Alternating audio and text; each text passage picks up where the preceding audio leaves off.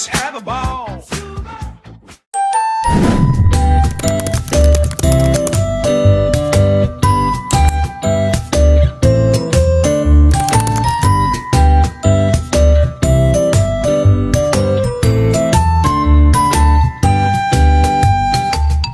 Halo semuanya, Assalamualaikum warahmatullahi wabarakatuh. Perkenalkan, nama saya Echa Afira dengan NIM 2304 10685. Baiklah, di sini saya akan meriset materi tentang sistem pencernaan pada manusia yang terfokus pada analisis faktor penyebab gangguan penyakit pada lambung dan upaya cara pencegahannya. Sebelumnya kita harus tahu dulu apa saja yang ada pada sistem pencernaan manusia. Yang pertama ada mulut, yang kedua kerongkongan, yang ketiga lambung, yang keempat usus halus, yang kelima usus besar, dan yang keenam anus. Selanjutnya kita harus mengetahui terlebih dahulu pengertian sistem pencernaan. Sistem pencernaan adalah proses yang terjadi di dalam saluran pencernaan untuk memecahkan molekul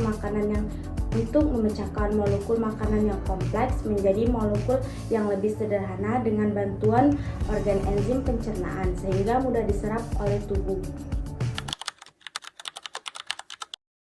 Baiklah, sekarang kita harus mengetahui dulu ada beberapa sistem pencernaan manusia. Yang pertama ada mulut, yang kedua kerongkongan, yang ketiga lambung, yang keempat usus halus, yang kelima usus besar, dan yang keenam anus.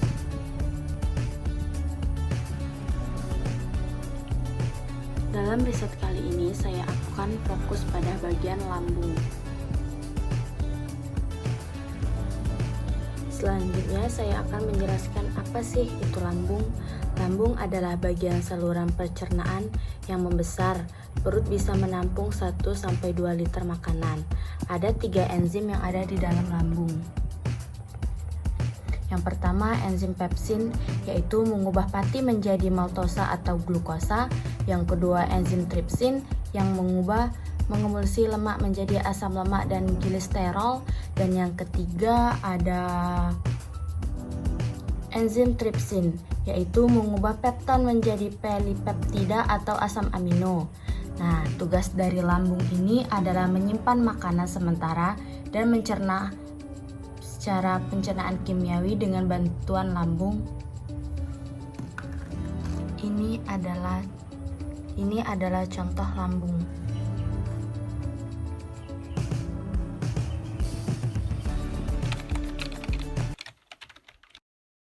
Adapun fungsi lambung adalah menerima dan mengelola makanan.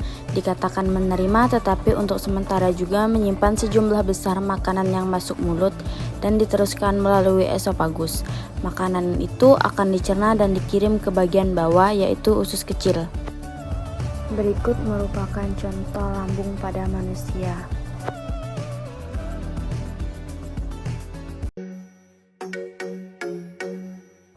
Ketika makanan turun lewat kerongkongan atau esofagus menuju lambung,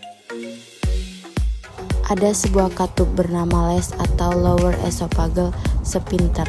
Katup ini akan membuka atau menutup untuk memecahkan makanan naik ke kerongkongan. Namun jika les atau katup ini tidak tertutup sempurna, makanan bisa naik dan asam lambung akan mengiritasi ke kerongkongan. Keadaan ini bernama gastroesophageal reflux dan menyebabkan heartburn atau nyeri ulu hati. GERD bisa terjadi sesekali, namun jika terjadi lebih dari sekali seminggu dan berulang selama beberapa minggu, kondisi itu dianggap serius. Kemudian kondisi inilah yang disebut GERD. GERD yang tidak segera diobati akan mengiritasi ke kerongkongan.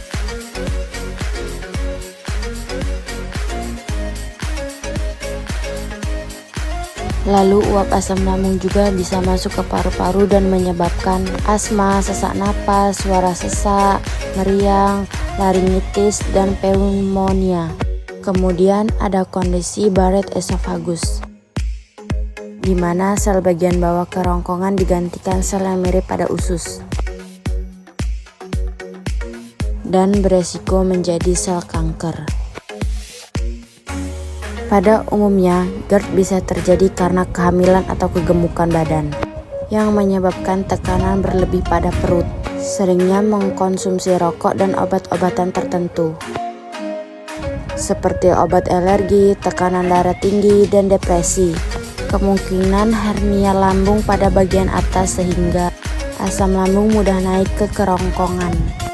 Gejala paling umum pada penderita GERD adalah nyeri ulu hati, mual, masalah saat menelan, bau mulut, suara sesak, sakit kerongkongan, dan makanan naik atau regurgitation. Teman-teman,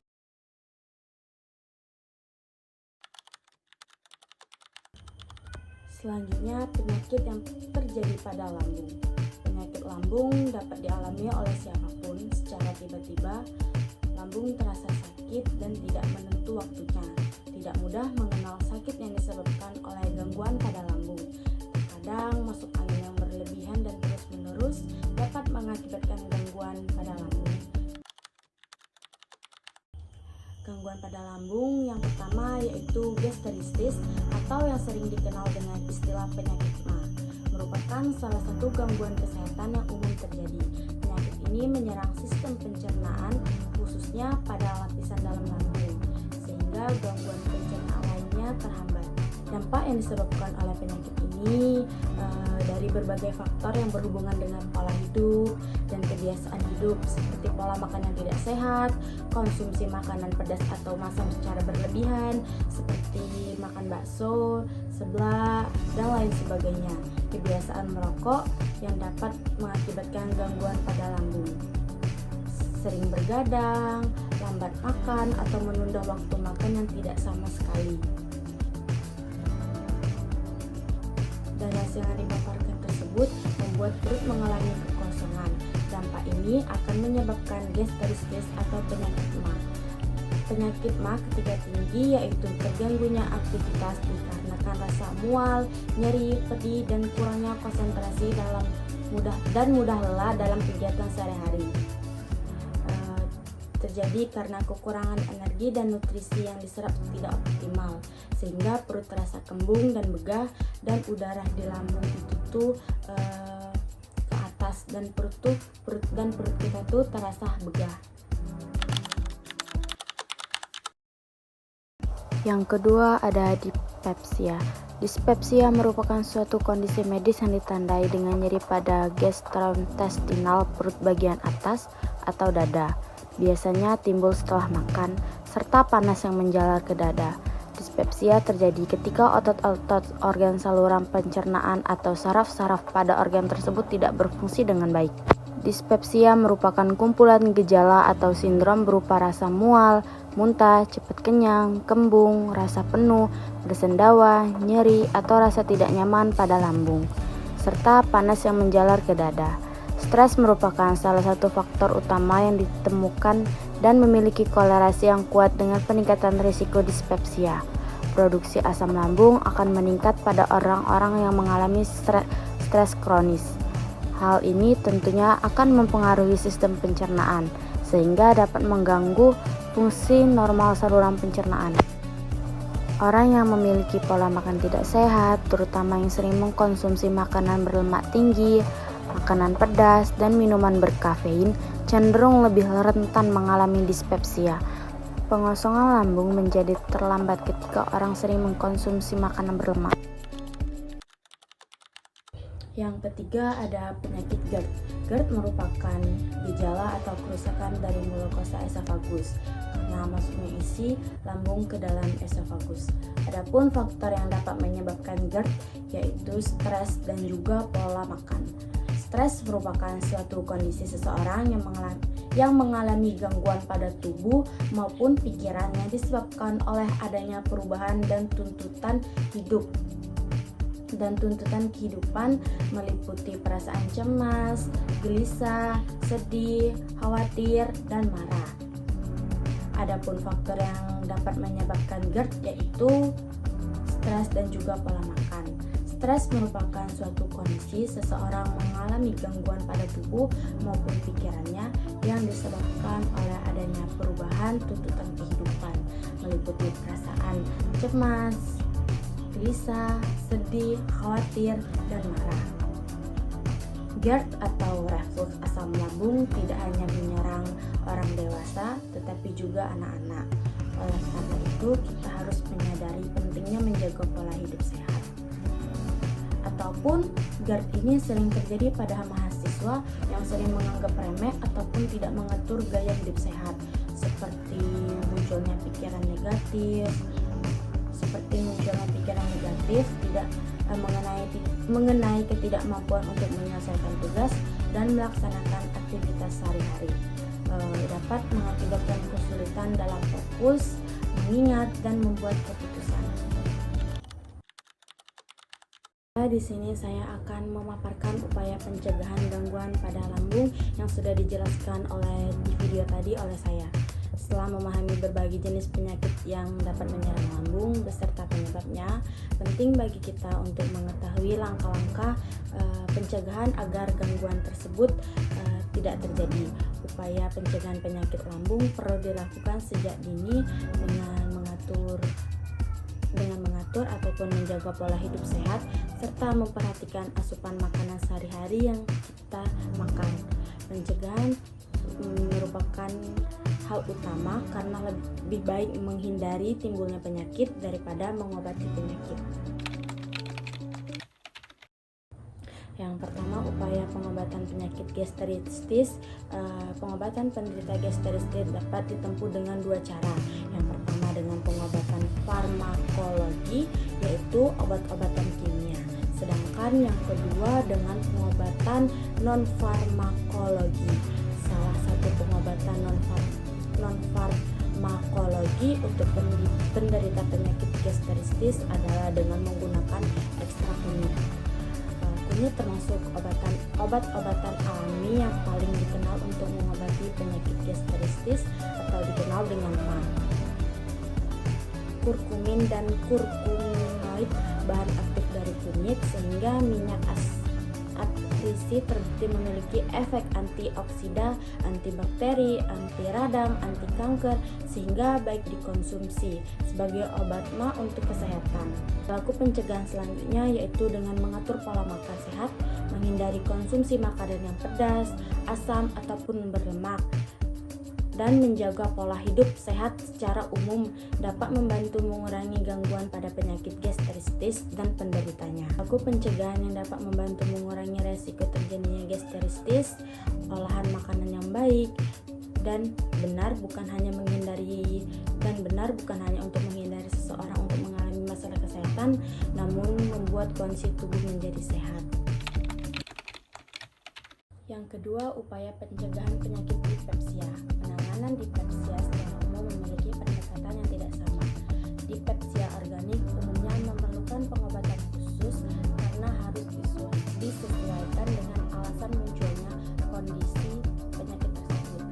Kondisi demikian seperti terapi untuk membasmi Helicobacter pylori atau penggunaan obat penekanan asam pada lambung. Sementara itu, dispepsia fungsional sering ditangani dengan perubahan gaya hidup penderita, seperti upaya pencegahan penyakit dispepsia. Penanganan dispepsia ini secara umum memiliki seperti pengolahan stres dengan baik, memiliki pola makan jangan terlalu kenyang. Terus di samping itu, apabila kondisi penderita memerlukan obat-obatan, maka intervensi yang demikian perlu diberikan untuk mengurangi gejala sakit pada dispepsia pada lambung. Pola makan yang teratur dan seimbang serta gaya hidup sehat dapat membantu mengurangi penyakit dispepsia serta memperbaiki pola tidur dan teratur. Jika tidur tidak berkualitas dapat memperburuk gejala dispepsia. Tidur yang tidak cukup sering dikaitkan dengan peningkatan aktivitas sistem saraf simpatik yang pada akhirnya dapat memperburuk gejala dispepsia seperti rasa sakit bagian atas perut dan perasaan kenyang yang berlebihan setelah makan. Apakah kalian pernah mengalami keadaan tersebut? Dan yang terakhir, hindari stres yang berlebihan, karena hal tersebut dapat memperburuk terjadinya penyakit dispepsia. Yang ketiga, upaya pencegahan penyakit Gastro-Hagelifludiasis. Menderita GERD dilarang makan makanan yang meningkatkan asam lambung, seperti makan makanan pedas dan tinggi kafein seperti minum kopi, beralkohol, atau tidak makan sama sekali. Nah, dengan inilah dapat meningkatkan asam lambung yang terlampau tinggi sehingga naik ke egofagus. Juga makanan seperti mengkonsumsi obat-obatan anti nyeri, karena efek samping dari obat anti nyeri itu dapat meningkatkan asam lambung. Dan itu kita harus mengkonsumsi makanan yang halus agar mudah dicerna, seperti bubur, sayur-sayuran, dan tidak mengkonsumsi makanan yang memiliki penyedap, penyengat, atau pedas dan terlalu masam. Sehingga minum air putih hangat dapat membantu merefleksasikan diri dan mengusahakan makanan yang teratur dengan pola kecil, tetapi sering minum obat sesuai resep yang diberikan dokter, misalnya seperti obat antasidar. Demikian riset faktor penyebab gangguan penyakit pada lambung dan cara upaya pencegahannya. Inilah yang dapat saya sampaikan. Wassalamualaikum warahmatullahi wabarakatuh.